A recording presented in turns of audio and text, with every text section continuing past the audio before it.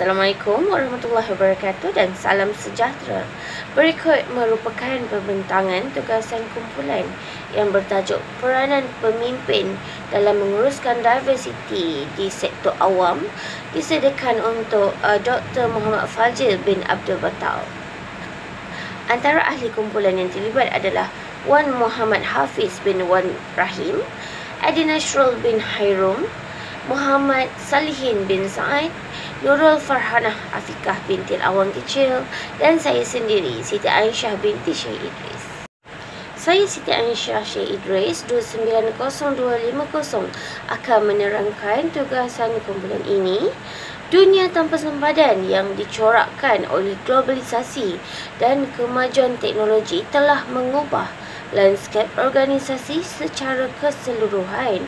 Salah satu isu utama yang timbul dalam era ini ialah diversity atau kepelbagaian dalam sektor awam yang berfungsi memberi perkhidmatan kepada rakyat yang berbilang kaum, agama, budaya dan latar belakang. Diversity organisasi merangkumi pelbagai dimensi seperti umur, jantina, etnik, bahasa, tahap pendidikan dan orientasi budaya. Dalam sektor awam, kepelbagaian ini mencerminkan struktur sosial negara yang majmuk. Justru keupayaan untuk mengurus diversiti menjadi keperluan penting dalam memastikan keberkesanan pentadbiran. Pengurusan diversiti secara efektif memerlukan pemimpin yang bukan sahaja memahami tetapi juga mengaplikasikan pendekatan kepimpinan yang inklusif dan strategik. Menurut World Economic Forum Global Competitiveness Report 2018, kepelbagaian dalam organisasi dapat mencetuskan persekitaran kerja yang lebih kompetitif, memupuk inovasi dan meningkatkan kemahiran serta idea dalam organisasi. Ini bermakna organisasi sektor awam yang menguruskan diversiti dengan baik dapat memberikan perkhidmatan yang lebih responsif, cekap dan adil kepada semua lapisan masyarakat. Oleh itu, peranan pemimpin dalam sektor awam amat penting bagi memastikan diversiti dapat dimanfaatkan secara optimum demi kepentingan perkhidmatan awam dan keharmonian masyarakat. Assalamualaikum, nama saya Nurul Farhanah Afikah binti Awang Kecil, nombor metrik 290232. Bagi konsep dan teori berkaitan dengan diversity terbagi kepada tiga, iaitu teori inklusi dan kepelbagaian, teori kepimpinan transformasi serta model Hofstede's Cultural Dimension. Jenis-jenis diversity terbagi kepada tiga, iaitu diversity demografi seperti jantina, umur, bangsa. Yang kedua, diversity budaya. Yang ketiga, diversity konektif. Bagaimana cara berfikir, nilai serta kepercayaan. Saya Adi Nasrul bin Hairum 290092. Di sini saya akan membentangkan peranan pemimpin dalam mengurus diversity. Okey, di sini ada 5. Yang pertama ialah ciri-ciri pemimpin berkesan dalam pengurusan diversity. Yang kedua, kepimpinan sebagai pemangkin kepada inclusivity. Yang ketiga, strategi kepimpinan dalam menangani cabaran konflik berkaitan diversity. Yang keempat, peranan komunikasi antara budaya. Yang terakhir, yang kelima, kepimpinan etika dan empai dalam sektor awam. Okey, untuk penerangannya, peranan pemimpin dalam mengurus diversity adalah untuk mewujudkan budaya inklusif. Pemimpin berperanan penting dalam bentuk budaya kerja yang inklusif melalui dasar yang adil, pemantauan pelaksanaan dan penyediaan ruang interaksi yang sihat. Mereka perlu memastikan semua pegawai merasa dihormati, diberi peluang dan dilibatkan dalam proses membuat keputusan. Budaya inklusif bukan sekadar simbolik tetapi perlu diterjemahkan dalam struktur dan amalan organisasi seperti pengambilan pekerja, penilaian prestasi dan kenaikan pangkat. Sebagai contoh, Pemimpin boleh mewujudkan panel temuduga yang pelbagai latar belakang bagi memastikan proses pengambilan pekerja lebih seimbang dan adil. Komunikasi berkesan dalam organisasi yang pelbagai. Komunikasi yang berkesan amat penting kerana pemimpin perlu membangunkan saluran komunikasi terbuka dan sensitif terhadap perbezaan bahasa dan ekspresi budaya. Komunikasi antara budaya perlu dijadikan sebahagian daripada latihan organisasi. Selain itu, pemimpin juga perlu memastikan terdapat ruang maklum balas dua hala bagi membolehkan isu-isu berkaitan diskriminasi atau ketidaksamarataan dapat ditangani dengan segera. Contohnya, menyediakan platform aduan dalaman yang selamat dan sulit untuk warga kerja menyuarakan ketidakpuasan. Pemodelan tingkah laku positif pemimpin perlu bertindak sebagai teladan dengan menunjukkan keadilan, hormat dan integriti dalam menangani isu-isu berkaitan diversiti. Tingkah laku mereka mencerminkan nilai organisasi dan memberi kesan langsung kepada budaya tempat kerja. Pemimpin perlu peka terhadap cabaran yang dihadapi oleh kumpulan minoriti dan menunjukkan empati melalui tindakan yang konkret. Ini termasuk tidak bertolak ansur terhadap diskriminasi serta memberikan pengiktirafan yang saksama. Menggalakkan penyertaan dan sumbangan, pemimpin perlu memastikan setiap individu tanpa mengira latar belakang diberi ruang untuk menyuarakan pandangan, menyertai aktiviti organisasi dan menyumbang idea dalam proses pembangunan organisasi. Mereka boleh mewujudkan kumpulan kerja pelbagai disiplin dan latar belakang untuk merangsang pertukaran idea serta memastikan keputusan yang dibuat lebih menyeluruh. Ini juga boleh menggalakkan penglibatan dalam aktiviti luar seperti Hari Inclusivity yang meraihkan pelbagai budaya.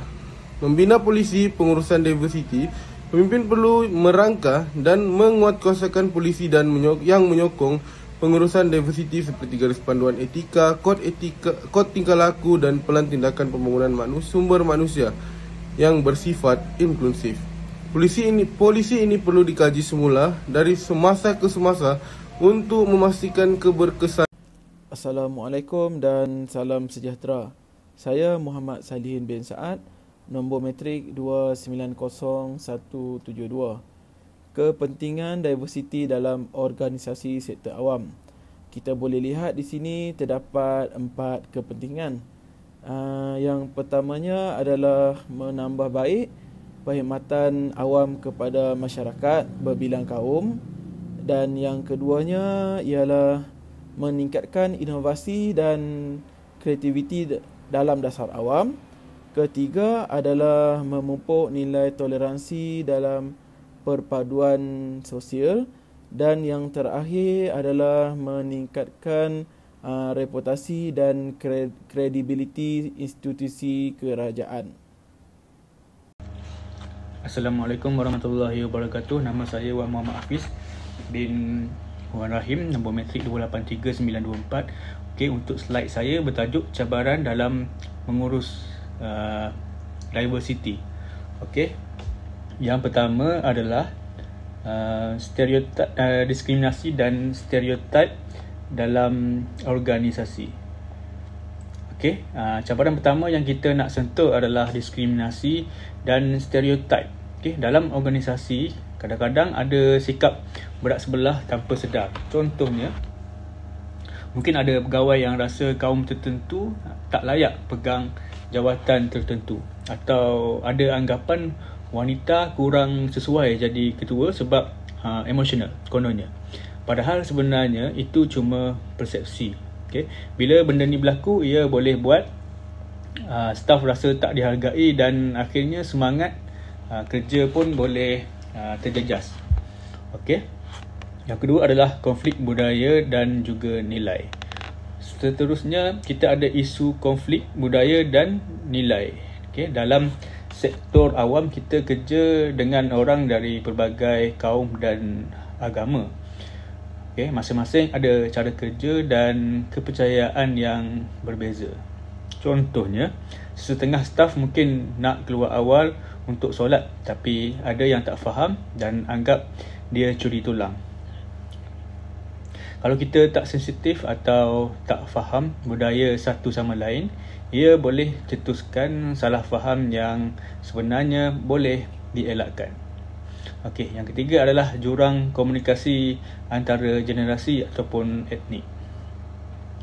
Okey, yang ketiga ni kita selalu nampak komunikasi antara generasi. Bayangkan Gen Z dengan bos yang dah dekat nak pencen, seorang nak cepat guna WhatsApp, emoji semua, seorang lagi nak buat minit mesyuarat bertulis, surat rasmi dan jumpa depan-depan.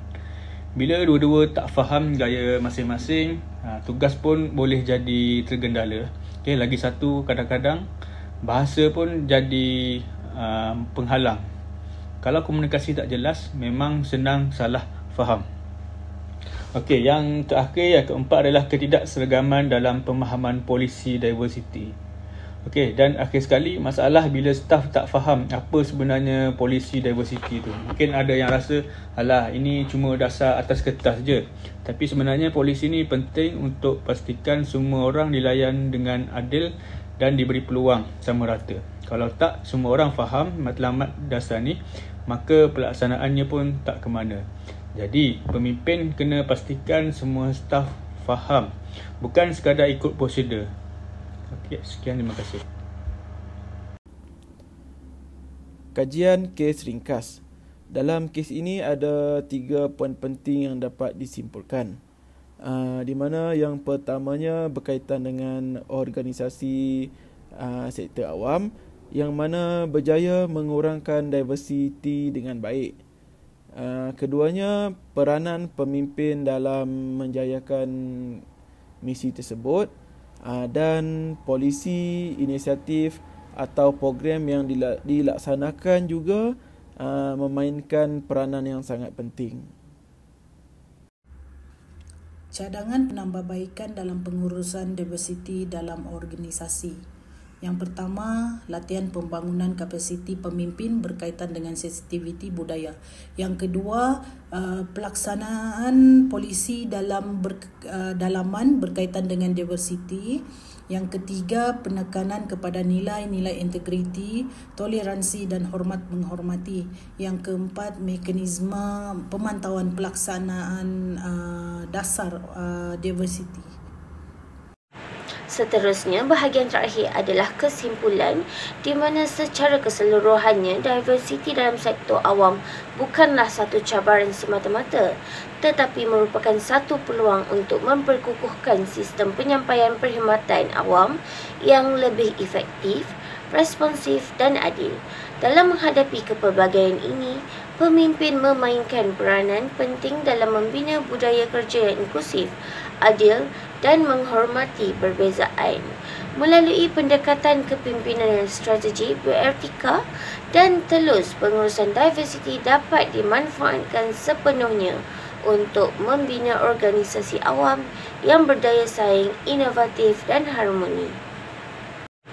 Cabaran seperti stereotip, diskriminasi dan kekangan struktur boleh ditangani melalui polisi yang jelas, latihan berterusan dan komitmen kepimpinan yang tinggi. Justru pelaburan dalam pembangunan kapasiti kepimpinan dan pelaksanaan dasar diversiti yang berkesan adalah kunci kepada kejayaan transformasi sektor awam yang lebih inklusif dan juga progresif. Dalam konteks negara majmuk seperti Malaysia, pengurusan diversiti yang cemerlang bukan sahaja meningkatkan prestasi organisasi, malah menyumbang kepada kestabilan sosial dan perpaduan nasional. Sekian, terima kasih.